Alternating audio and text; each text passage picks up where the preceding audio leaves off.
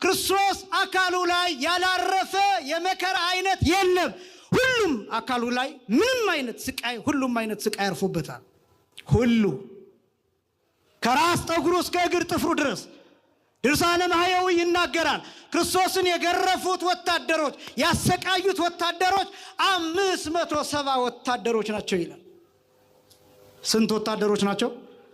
570 ወታደሮች ናቸው። ወታደሮቹ አይሁዳውያን አይደሉም፣ እስራኤላውያን አይደሉም፣ ሮማውያን ናቸው። ምን ማለት ነው? አህዛብ ናቸው። ምን ማለት ነው? አይጾሙም፣ አይጸልዩም፣ አይሰግዱም፣ ስፖርት ይሰራሉ፣ እንደ ወታደር ይኖራሉ። ጡንቻቸው ጠንካራ ነው፣ ጨካኞች ናቸው። 570 ወታደር እያንዳንዱ ብዙ አይነት መከራ ክርስቶስ ላይ ያሳርፏል። እያንዳንዱ አሁንም ድርሳነ ማህየዊ የመከራውን ቁጥር ሲናገር 19125 የመከራ አይነት ተቀብሏል ይላል። 19125 ብር አይደለም፣ ሳንቲም አይደለም፣ የደሞዝ ቁጥር አይደለም፣ የመከራ ቁጥር ነው የነገርኳችሁ። 19125 የመከራው ዝርዝር ቁጥር አይደለም፣ የመከራው አይነት ነው የነገርኳችሁ።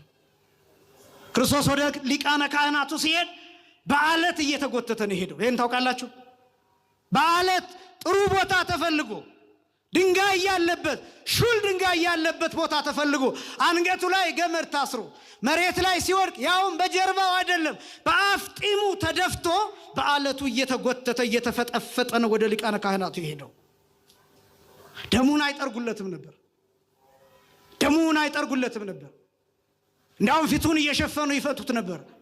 ጭንቅላቱ ላይ በትር ያሳረፉበት ነበር። ተነበይ ለነ አንተ ክርስቶስ ከሆንክ ትንቢት ተናገር፣ ማን ነው የመታህ ይሉት ነበር። ፊቱን ከገለጡት በኋላ ምራቃቸውን ይተፉበት ነበር። ሁሉንም አይነት ስድብ ተሰድቧል። ሁሉንም አይነት መከራ፣ ሁሉንም አይነት ስቃይ ተቀብሏል ክርስቶስ። መታረድ ማለት ይሄ ነው። ላዩ ላይ 70 የሚደርስ የብረት እሾህ ጭንቅላቱ ላይ ተደርጓል።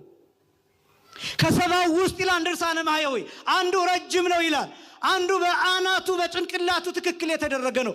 በሚስማር በመዶሻ ከላይ ሲመቱት እስከ ልቡ ድረስ ይወጋው ነበር። እስከ ልቡ ድረስ ውስጥ ለውስጥ። ይሄ ሁሉ ሆኖ ምን እንደሚል ታውቃላችሁ? የሚያደርጉትን አያውቁምና ምን በላቸው? አባቱ ይቅር በላቸው።